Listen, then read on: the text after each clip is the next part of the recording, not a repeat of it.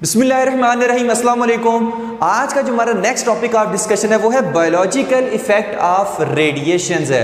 कि देखिए पहले हमने पढ़ा था टॉपिक रेडिएशन एक्सपोजर, तो आज हम देखेंगे कि अगर रेडिएशंस हम पर पड़ रही हैं और हमारी बॉडी उनको एब्जॉर्ब कर रही है तो हम उसको मैयर किस तरह करें, क्योंकि हर चीज़ को मैयर करने के लिए उसकी कोई ना कोई यूनिट लाजमी होती है।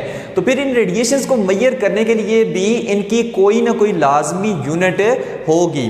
तो जो रेडिएशंस हम पर पड़ रही हैं हम उनको एब्जॉर्ब कर रहे हैं, तो उसको हम किस तरह से मैयर करें। जो किसी रेडियो एक्टिव सोर्स से रेडिएशंस निकल रही हैं उसको हम किस तरह से मैयर करें, तो वो चीज़ आज हम देखेंगे। तो सबसे पहले देखिए स्ट्रेंथ ऑफ रेडिएशंस, उसको हम किस यूनिट से मैयर करते हैं, बैकरल से।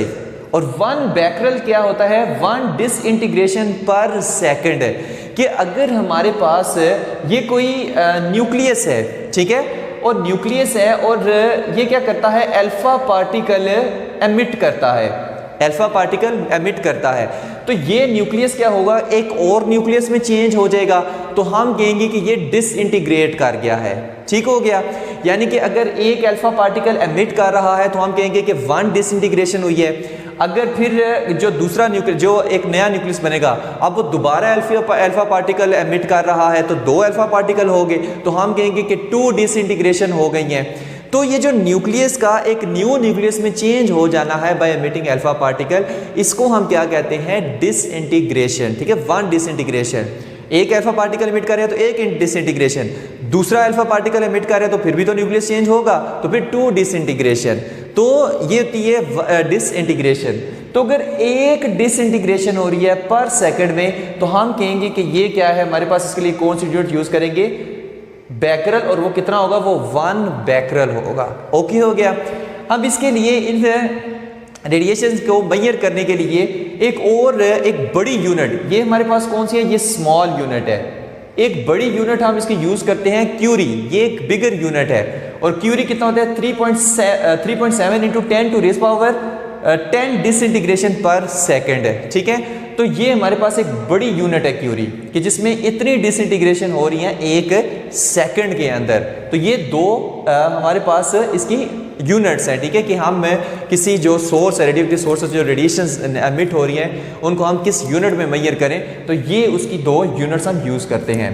अब ये जो रेडिएशंस हैं, जब ये रेडिएशंस किसी बॉडी पर फॉल करती हैं तो बॉडी उसको एब्जॉर्ब करती है। अब वो एब्जॉर्ब करती है तो वो उसके लिए हम क्या फैक्टर यूज़ करते हैं, उसके लिए हम यूज़ करते हैं एब्जॉर्ब्ड डोज का। उसके लिए हम क्या यूज़ करते हैं फैक्टर, उसके लिए हम यूज़ करते हैं एब्जॉर्ब्ड डोज का फैक्टर हम यूज़ करते हैं। तो एब्जॉर्ब्ड डोज के मतलब हमने कितनी रेडिएशंस को एब्जॉर्ब किया है, तो हम किससे शो करते हैं, एब्जॉर्ब डोज को D से शो करते हैं, जिसका फार्मूला होता है E/m, where E is energy और M इज मैस है, कि पर यूनिट मैस ने कितनी एनर्जी एब्जॉर्ब की है, इसको हम क्या कहते हैं, डोज कहते हैं। अब इसकी यूनिट पे आते हैं कि यूनिट इसकी क्या है। यूनिट एनर्जी की यूनिट जूल होती है, ठीक है, और मैस की यूनिट किलोग्राम होती है, तो जूल पर किलोग्राम। इसकी फिर डोज की, एब्जॉर्ब डोज की यूनिट क्या हुई, जूल पर किलोग्राम, जिसको हम शॉर्ट में ग्रे कहते हैं, जिसको हम शॉर्ट में ग्रे कहते हैं। और 1 ग्रे कितना होता है, 1 ग्रे कितना होता है, 1 ग्रे कितना होता है, कि अगर 1 किलोग्राम मैस है, ठीक है, और वो 1 जूल एनर्जी एब्जॉर्ब कर रहा है जब रेडिएशन उस पर पड़ रही है, तो अगर हमसे कोई पूछे कि उसने कितनी डोज एब्जॉर्ब की, तो हम कहेंगे कि उसने 1 ग्रे डोज एब्जॉर्ब की, ठीक हो गया। तो ये इसकी 1 ग्रे इसकी क्या है, यूनिट है एब्जॉर्ब डोज की।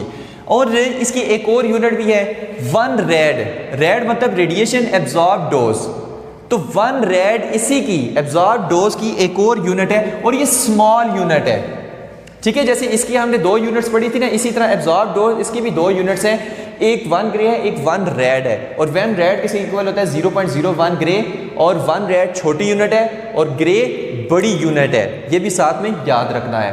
उसके बाद नेक्स्ट चीज आती है इक्विवेलेंट डोज।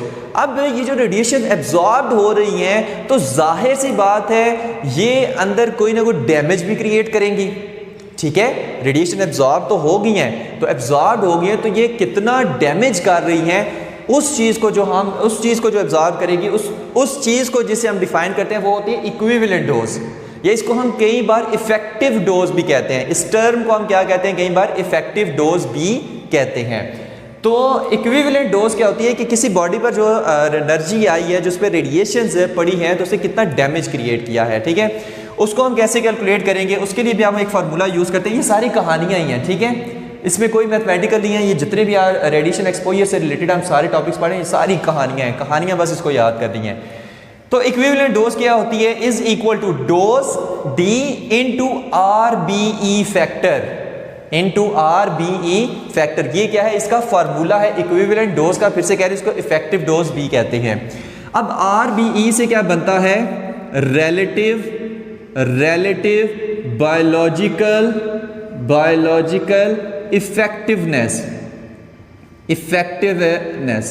अब RBE फैक्टर क्या होता है, रिलेटिव बायोलॉजिकल इफेक्टिवनेस क्या होता है।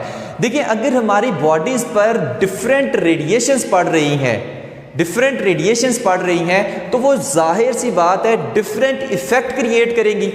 ऐसा ही है, डिफरेंट रेडिएशन पड़ रही है, डिफरेंट इफेक्ट क्रिएट करेंगी, और उस इफेक्ट की जो रेशियो होती है उसको हम क्या कहते हैं, RBE फैक्टर।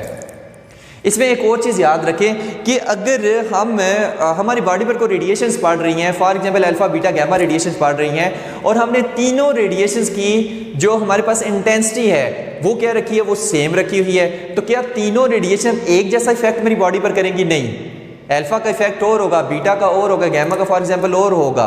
तो ये जो डिफरेंट टाइप्स की रेडिएशंस होती हैं, ये डिफरेंट इफेक्ट्स क्रिएट करती हैं बॉडी के ऊपर, ठीक है। तो इनके लिए हम यूज करते हैं RBE factor, relative biological effectiveness.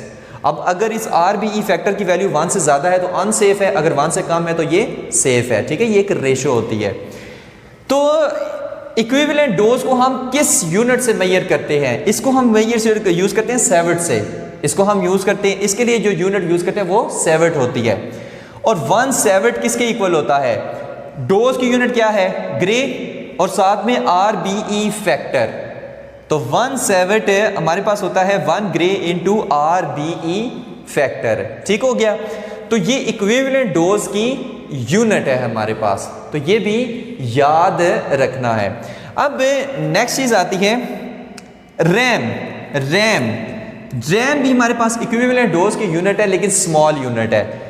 1 Savart बड़ी यूनिट है, 1 रैम छोटी यूनिट है, और 1 रैम किसके इक्वल होता है, 0.01 सेवर्ट के इक्वल होता है। तो अभी तक जो हमने पढ़ा है कि जो स्ट्रेंथ ऑफ रेडिएशन है 2 यूनिट्स हैं, बैकरल क्यूरी, एब्जॉर्ब डोज की 2 यूनिट है, ग्रे और 1 और रेड।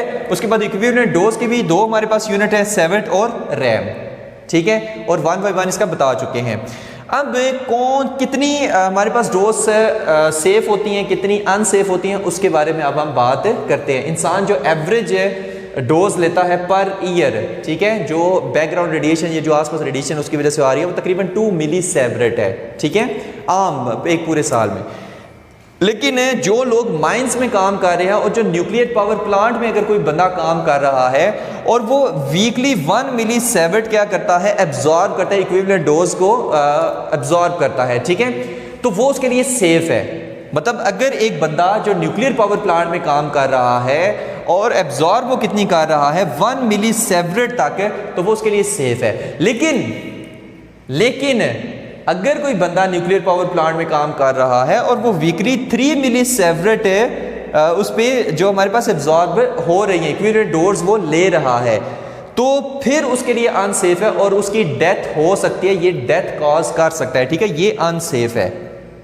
तो अगर 1 मिलीसीवरेट एक वीक में ले रहा है तो ओके है। अगर 3 मिलीसीवरेट उस पर वो एब्जॉर्ब कर रहा है, इक्विवेलेंट डोज वो एब्जॉर्ब कर रहा है, तो वो उसके लिए ओके नहीं है, ठीक है। तो ये भी चीज़ इसमें याद रखनी है। अब जो न्यूट्रॉन्स